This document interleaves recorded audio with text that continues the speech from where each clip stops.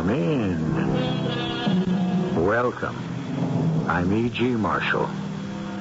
It was Oscar Wilde who wrote, in a surprisingly gentle and almost naive tone, "Death must be so beautiful, to lie and listen to silence, to have no yesterday and no tomorrow, to forget time, to forgive life, to stay at peace. The trouble is, not all the dead will stay quietly asleep. That's why we have ghost stories." Frightened to death? More than that. Asphyxiated, smothered. I don't know how to describe it. During the war, I had a friend who was in a building that was bombed. The force of the blast drove him against the wall, and he looked like that. I do not know the exact word in English, but flattened and spread wide.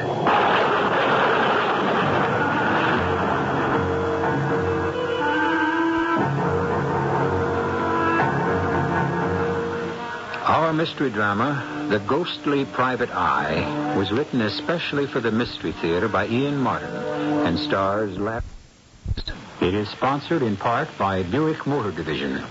I'll be back shortly with Act One.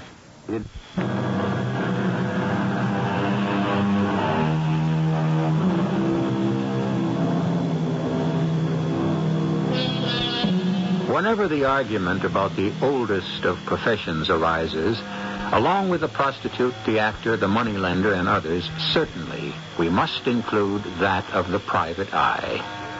Sometimes honorable beyond belief, as in the case of Cain and Abel when Jehovah himself solved the murder.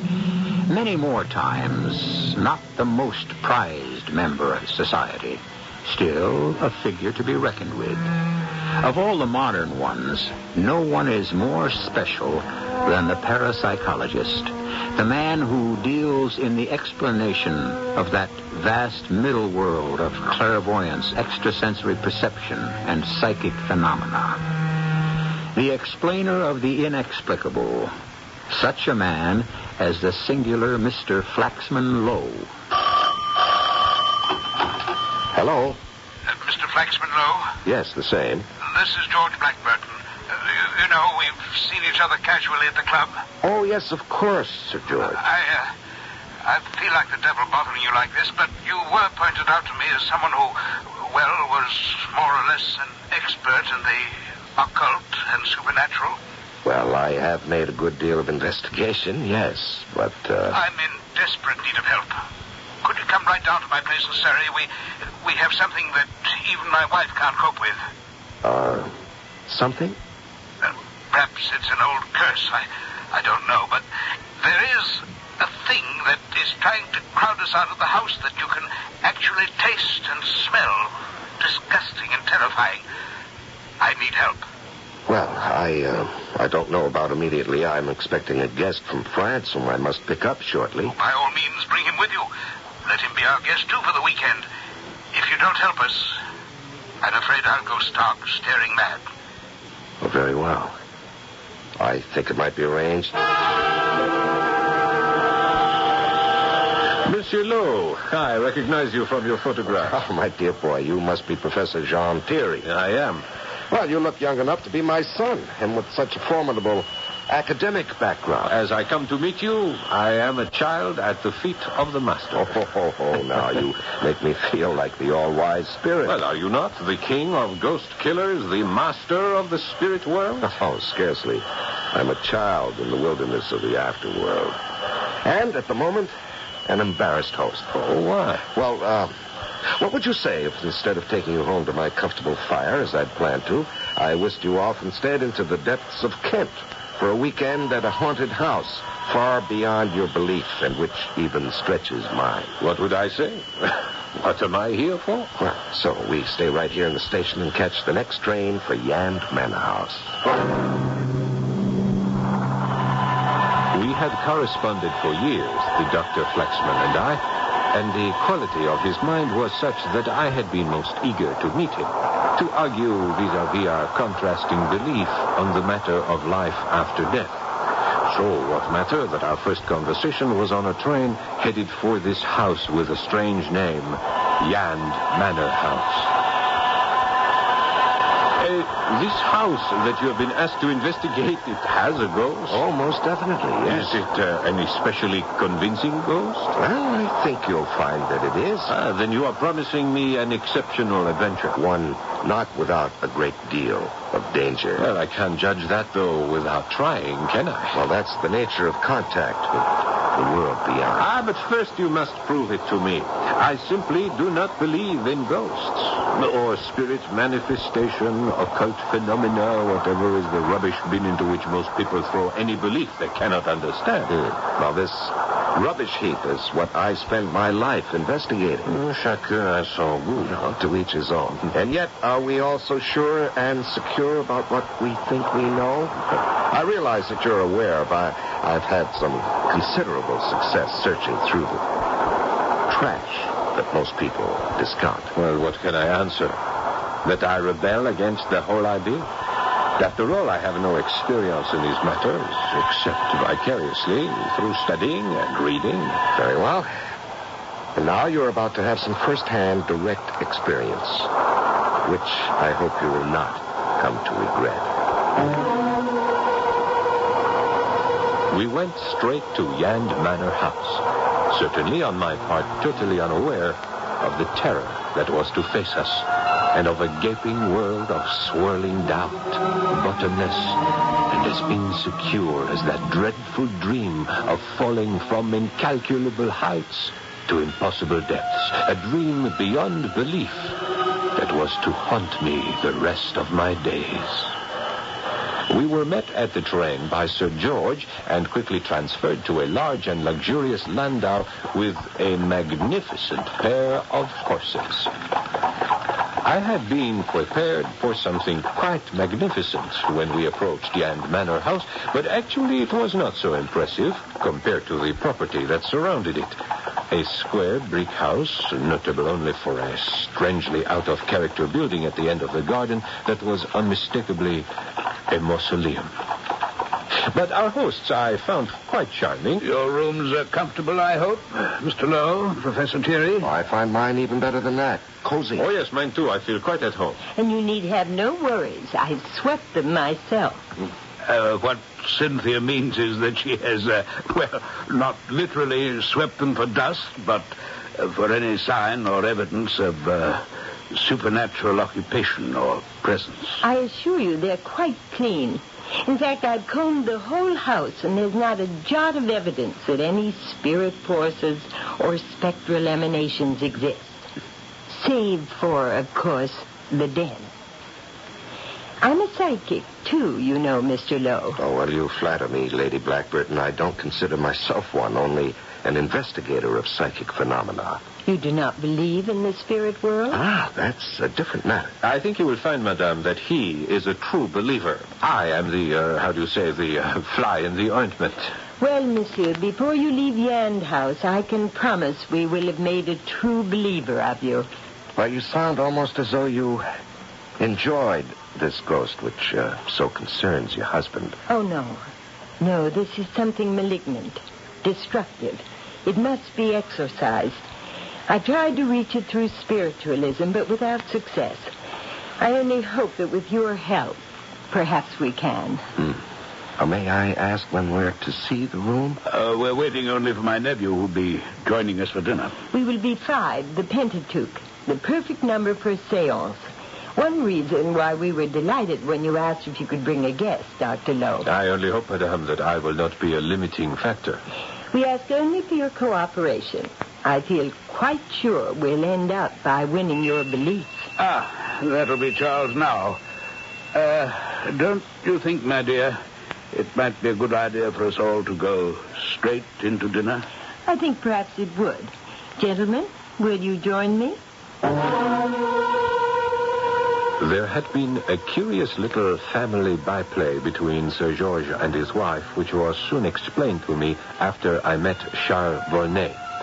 He was a large, heavy young man with an athletic build. I can't say I found him an attractive personality, but what was most noticeable about him was that he was already on his way to another evening, which could only lead to a hangover in the morning.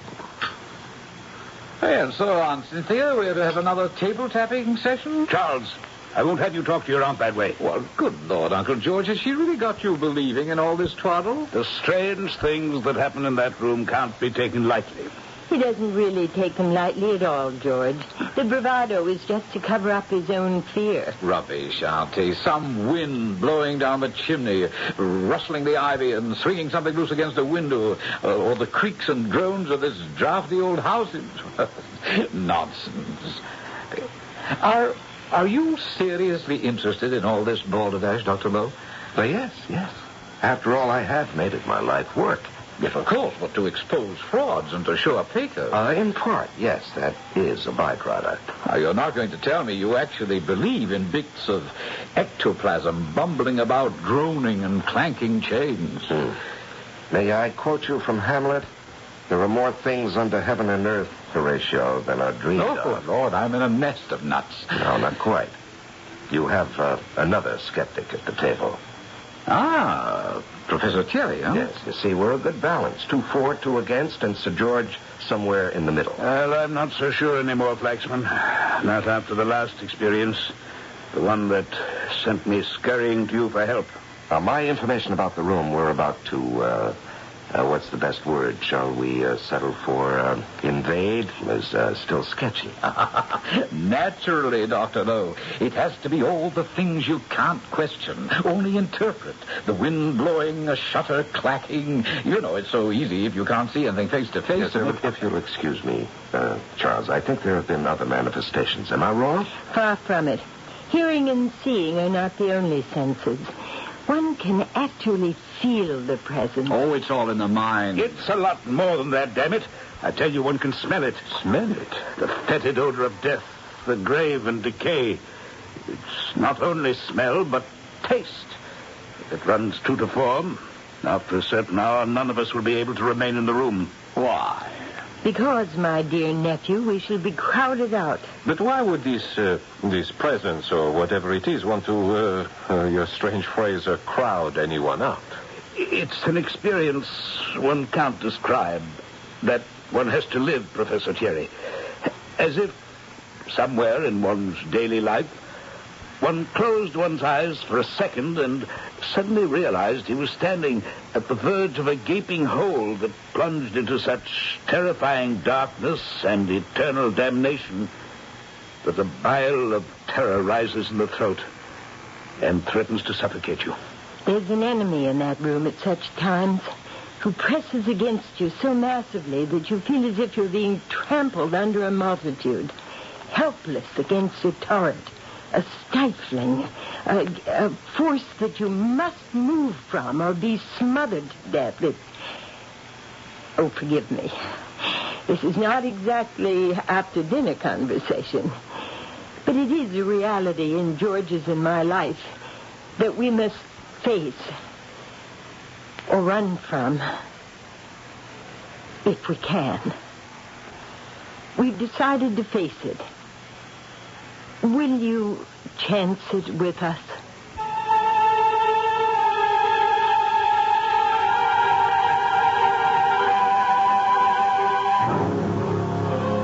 We have gotten ourselves involved in something this time around, haven't we? I don't know where each of you stands on the power of the spirit world, extension after death, or belief in ghosts. But I do hope you'll stay to do a little more research with me and Mr. Lowe on the nature of it, the possibility of it, and exactly what effects it can have on us. I shall return shortly with Act 2. Think about it.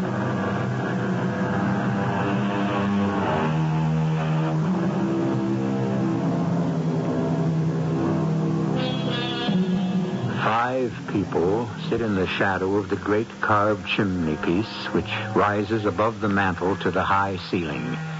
About a dark table of fumed oak, They hold hands. 4 of them watch Cynthia go into trance and wait for the manifestations from beyond.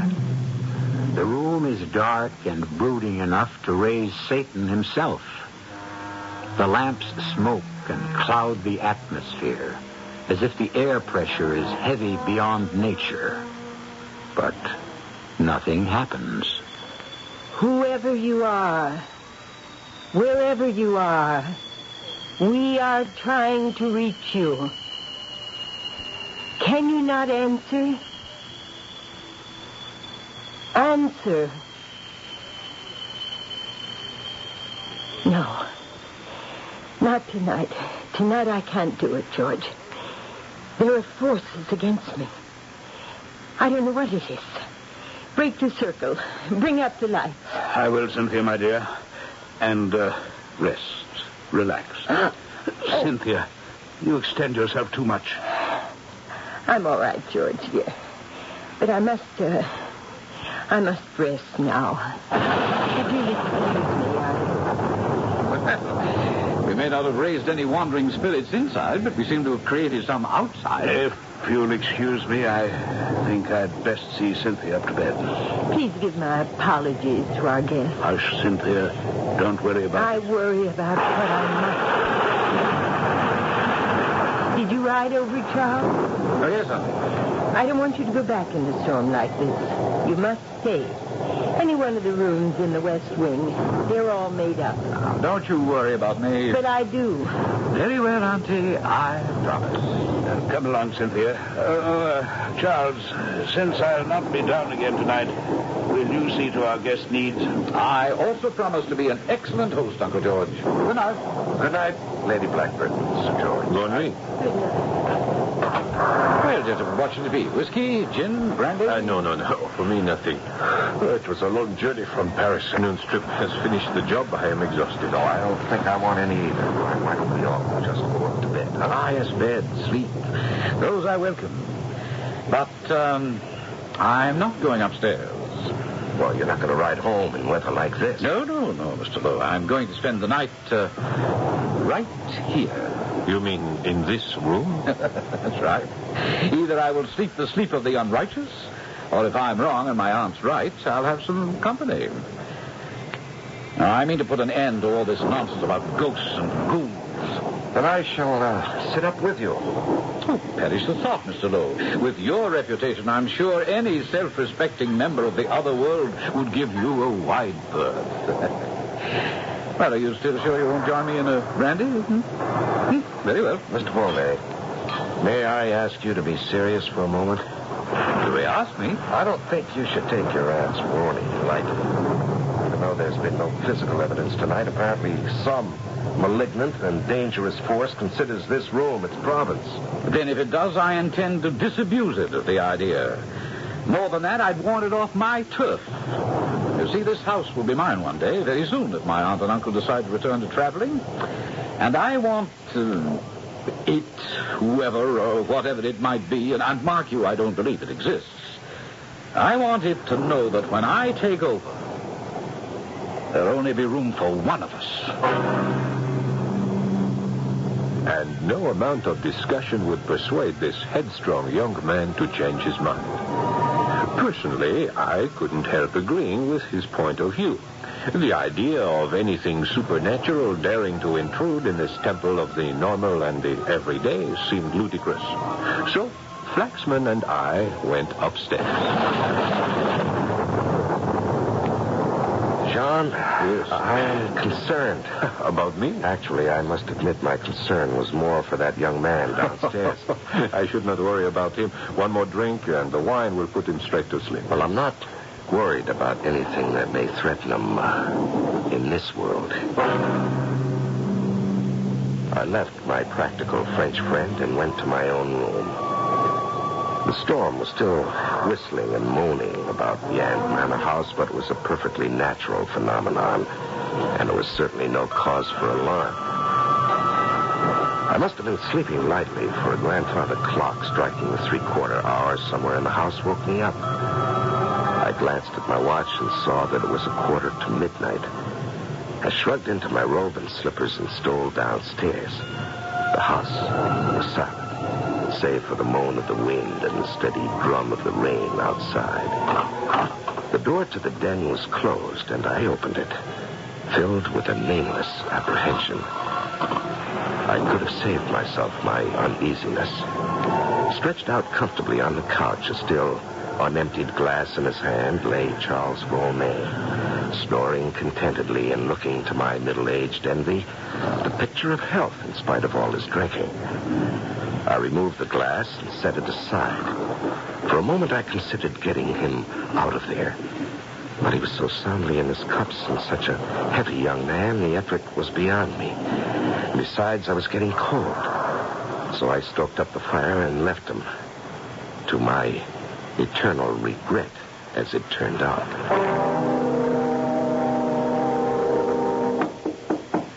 Dr. Lowe. Dr. Lowe. Yes.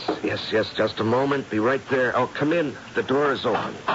I'm sorry to disturb you so early in the morning. No. It's quite all right. What time is it? The sun isn't even up, I'm afraid. 5:30. But something dreadful's occurred.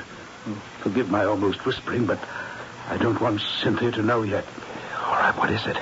It's Charles. Hello, forgive me. I thought I heard an urgent knocking. Do I intrude? Quite all right, Professor. Everyone must know sooner or later. My nephew Charles is dead. What? Oh, I can't move it. How? That's the terrifying thing. I want you to come and see for yourself and answer me that question. I followed Dr. Lowe and Sir George downstairs to that terrible room. Except that the fire had burned out, it looked much as it did when we all had left the night before. Except for Charles Volney. If I can refer to the caricature of him that we saw. He was braced in the corner between the window recess and where the chimney jutted out, as if he had tried to escape and been glued there by some giant force that literally crushed him.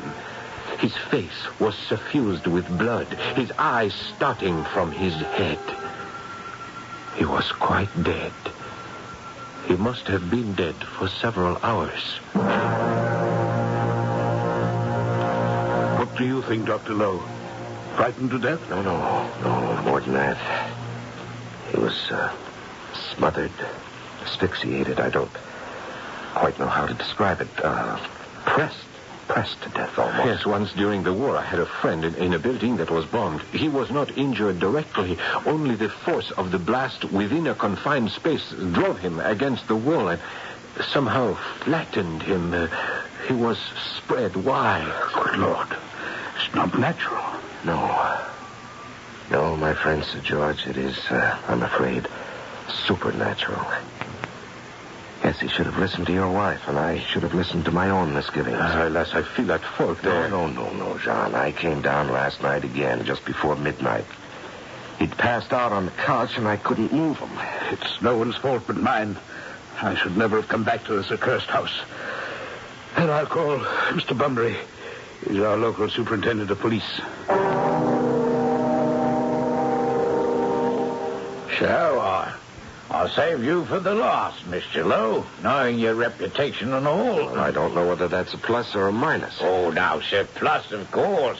And not that I understand some of your investigations, but you stand very high at Scotland Yard, very high. Thank you. Now, I've checked out the servants, and they can all alibi each other for one reason or another. On the other hand, I can't seriously imagine a suspect among all of you in the main house here, even admitting that Sir George, and particularly his lady, are a bit of a rum go, both of them. Oh, but particularly her. Are you referring to her belief in spiritualism, Superintendent? That'd be it, sir. And then, a couple of things Sir George told me. Oh, may I ask what? Oh, my intention is to tell you. That's why I brought it up. First off, he said he came down here by candlelight and found the deceased. But before he did, passing the mantelpiece, the candle went out, just as something like, well, in his own words, something spectral brushed across my cheek and I saw in front of my face 2 barred eyes looking at me. Barred eyes. Now, what does that mean? Oh, that's exactly what I asked her, and he replied, eyes that looked at me as though through the bars of a cage. And then I was conscious of a strange flat taste in my mouth and the odor of damp and decay. And I lit the candle and saw poor Charles. Now, what do you make of that, sir? Well, you've seen the corpse. What do you make of it, Superintendent? Oh, I don't, sir. That's why I'm asking you. You don't believe in ghosts, I take it. Well, I haven't. I know you've been in on many investigations, however, where it seemed to be something like that, only, wasn't. Well, can you think of any other explanation for this death? Meaning that you think it was something, supernatural? Well, I don't see any other explanation for the moment. Oh, I wouldn't think that would quite satisfy my superiors. I mean, it's quite clear the chap couldn't have killed himself, you see. So someone else has to be guilty. And I hope for everyone's sake we can find out just who. It was sheer inadvertence that I happened to be in the solarium right off the porch where this interview took place. Or was it? Because as soon as it was over and the sergeant had left, Flaxman came out to join me. I am still in the dark. Well, as we may very well find ourselves tonight. Aha, where? In the room where Charles died. I intend to spend a night there as he did. Do you want to share my vigil against the total powers of darkness?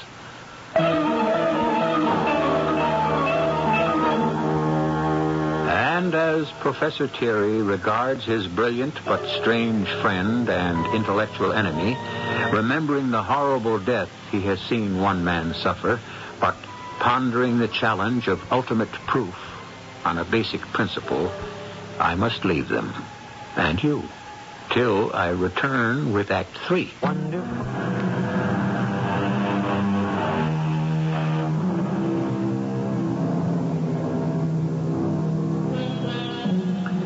It has been a long and difficult day at Yand Manor House.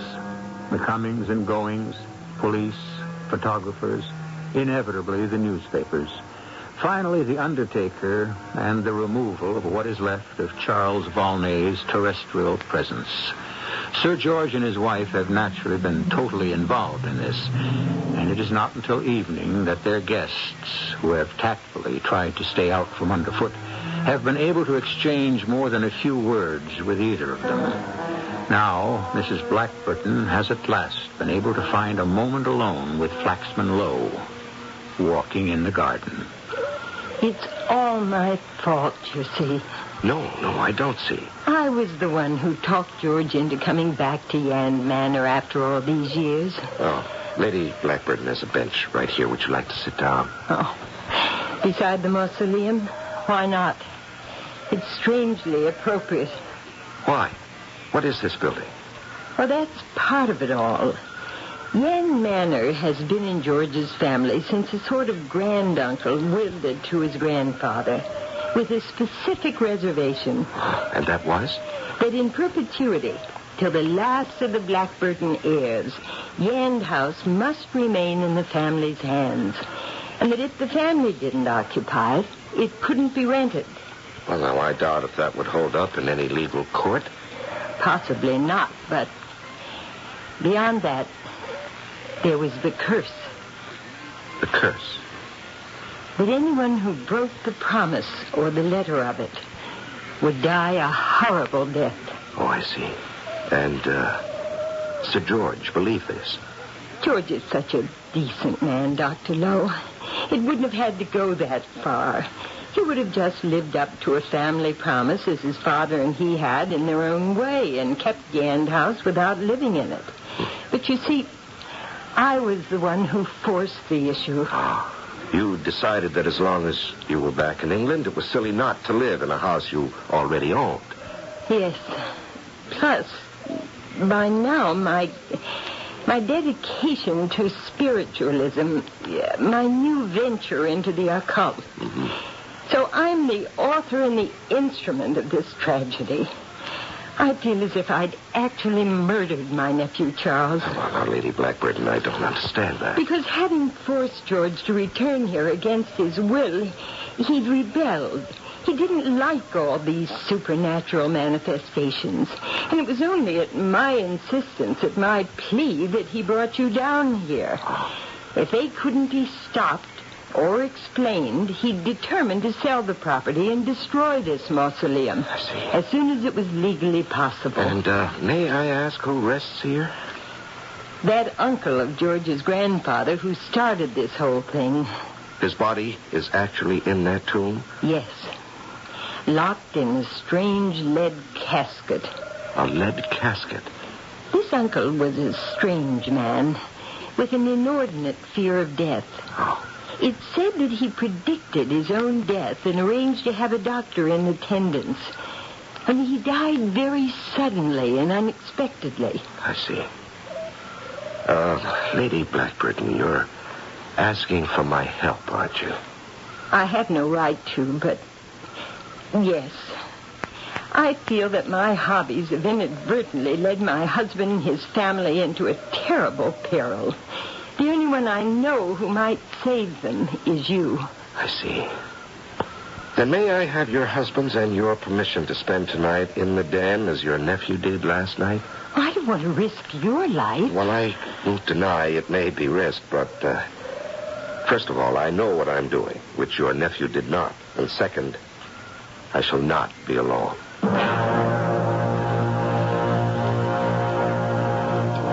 And so it was we came to that fateful night.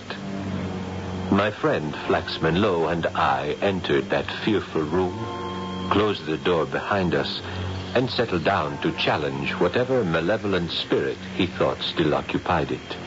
I was still skeptical and remaining to be convinced.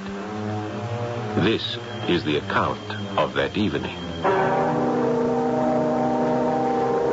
It was very different from the night before.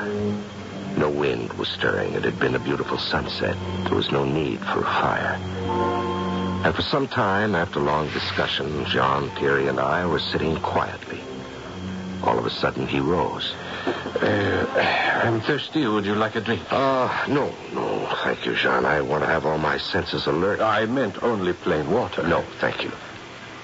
Oh, what an abominable taste. What, the water? No, I haven't touched it yet. It is as if some horrible fly has flown into my mouth. It is disgusting. Yes, like a fungus growth. Yes, repulsive like that. Yeah, I ask only because I feel the same. Well, I think you're about to be convinced. You don't mean that. Why did you put out the lamp? I didn't. Light the candle beside you on the table. Very well. Tonnerre, give me your matches, Dr. Lowe. Mine are damp. Where are you? I'm here. Oh, it is as dark as Egypt. I am coming. It is so hard to get along. Hard to get along? Yes, I am unable to move. I am suffocating. Where are you? I am here by the door. The air in the room had become palpable to the touch. Heavy, clogging, repulsive, with the sensation of smothering, cold human flesh. I fought against it, gasping for breath, the clammy flesh crowding over me, smothering me like some fat, nauseating humanoid jellyfish. And then, across my cheek, there was a stinging, reeking pain. With my last strength, I fled the terror. There was a crash of glass, a wild rush of air, and I knew no more. When I came to, I saw the dawn was breaking to the east, and I was lying on the lawn of Yand Manor House. Above me was a shattered lattice window swinging in the wind, and clutched in my hand was something dark in color, slender and twisted. It might have been the skin of an adder, a piece of bark rolling itself up like a parchment scroll, or the desiccated claw of some unimaginable beast from hell. I hurried into the house, barely conscious of the smarting pain in my left cheek, fearful only for my friend Jean. I found him unconscious just outside the door to that baleful room, but thank God, alive. Excellent. Yes, just take it easy, Jean. All right, now, can you stand? Are you all right? Yes. Huh? I think so. All right. You have a bruise on your forehead. Are you dizzy? No, not anymore. What happened to you? I don't know. I was literally crowded out of the room by that infernal thing. What was it? With its damp, swelling flesh. I was buried in that stifling pulp. It pushed and swelled against me, driving me away from you in the dark to the door. I called out, but I could hear no answer. What was that ghastly presence? Well, I think I can answer that now. It was what killed the young man, no? Yes, the very same. And I hope I can convince the inspector of that. Well, you have made a convert of me. Why not him? Well, we shall see. First of all, Sir George, the spectral hand that seemed to brush across your face as you told Superintendent Bumbry. Yes? You were by the fireplace at the time, passing the ornamental foremantle that rises above it. Yes. You see all those figures carved there, in particular the griffin, and hanging from the sharp point of its beak? These? Human hairs. Yes, human hairs, black. Whose would you say they were? Both Professor Thierry and myself are gray. You're light-haired, and your nephew was fair. Sir George is sandy. Now, who else frequents this room? No one, except the maid, who is also graying. But these are a woman's hair. Why? Why? Because they're long? Well, yes. Uh-huh. And this? What is that? Could I see? Sure. A long, thin object, half brown, half yellow, and twisted like the blade of a corkscrew. I have no idea. Well, suppose I suggest it's a human nail, which time and neglect has allowed to grow to superhuman proportions. Mon Dieu, it would have to be 12 inches long. Nobody but an ancient Chinese mandarin could grow such a monstrosity. Or a corpse who refused to die. I don't quite get that last. Mr. Superintendent, let me project something. This uncle who left Yand Manor House to your grandfather, Sir George, was he dark and hirsute? Was he a recluse? Did he build a mausoleum in the garden? And did he have an inordinate fear of death? Yes, to all counts. And is it not true that both you and the nephew who might have been your heir were ready to take all steps to get rid of this mausoleum and or Yand Manor House, particularly your nephew? I suppose so. Then, Superintendent, I can categorically tell you that your murderer lies in the casket in that mausoleum, and the murderer of anyone who tries to oust him from this property as long as he shall live. Are you suggesting that a man dead over a century is still in some sense alive? Unless it sustains injury itself. The brain is the last to die. In fact, it's the only measure of finite death. Now open the coffin, and you'll see what I mean.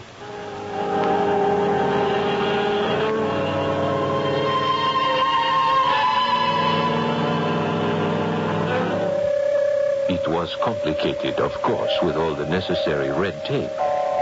But on a certain day, the coffin, which took 10 men to move out into the sunlight and sealed as tight as a drum, was opened.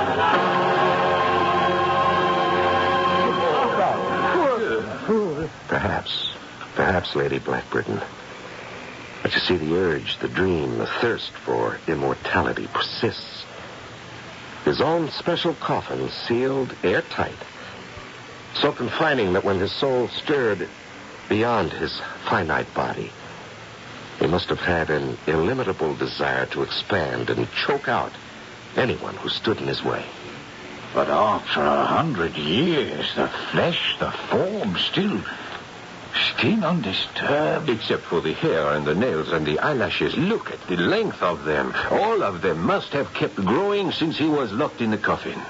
Are you suggesting this man was, or is, still alive? In a sense, yes, Superintendent. You see, he seems to have mastered some ancient formula whereby the body is saved from complete disintegration. And you can see that evidence before you. So that closes your case for you, Mr. Superintendent. Now you know how young Mr. Volney met his death. And what about us, Dr. Lowe? Oh, I think you'll have little reason for fear being haunted anymore.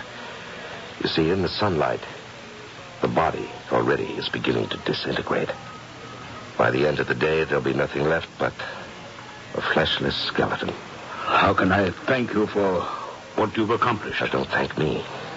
It's fate and the proper relationship of things. God and the world have a way of reestablishing those. And have I convinced you, Professor, that at least there is something beyond your pragmatic values? My dear Dr. Lowe, you have convinced me that you will add another branch to our sciences. But I must admit, you establish your facts too well for my total peace of mind. The remarkable Flaxman Lowe, parapsychic private eye, has been and continues to be a dominating figure in the field of parapsychology and in unraveling its mysteries, or at least illuminating them. If this is a field which interests you, perhaps I shall bring you other cases in the future.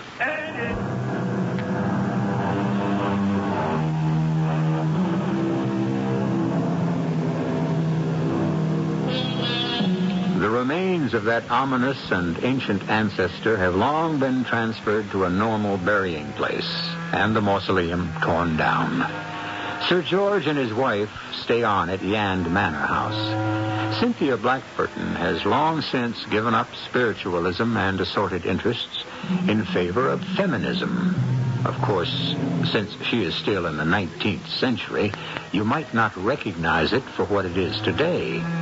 But her spirit lingers on through the women's suffragette movement, through memories of Emma Goldman and her sister standard bearers, who were the progenitors of women's lib. Our cast included Larry Haynes, Paul Hecht, Betty Winkler, Guy Sorrell, and Ian Martin. The entire production was under the direction of Hyman Brown. And now, a preview of our next tale. Well, I've come to the conclusion that this man, can only learn by example. That's why I want you as my ranch boss. As executioner. What? If anyone won't toe the line as your representative, I force him to draw down on me. And when he does... No, I don't want the reality, only the threat, the pressure, the leverage. I don't want any killing. No one ever really does. They just want their way. The killing is a kind of terrible accident that just happens. Only with me, it's no accident. You bought yourself just what you want, Colonel Braden. I feel mighty sure I did, King Tut. Can't help myself. My cross to bear. This is E.G. Marshall inviting you to return to our Mystery Theater for another adventure in the macabre. Until next time, pleasant dreams.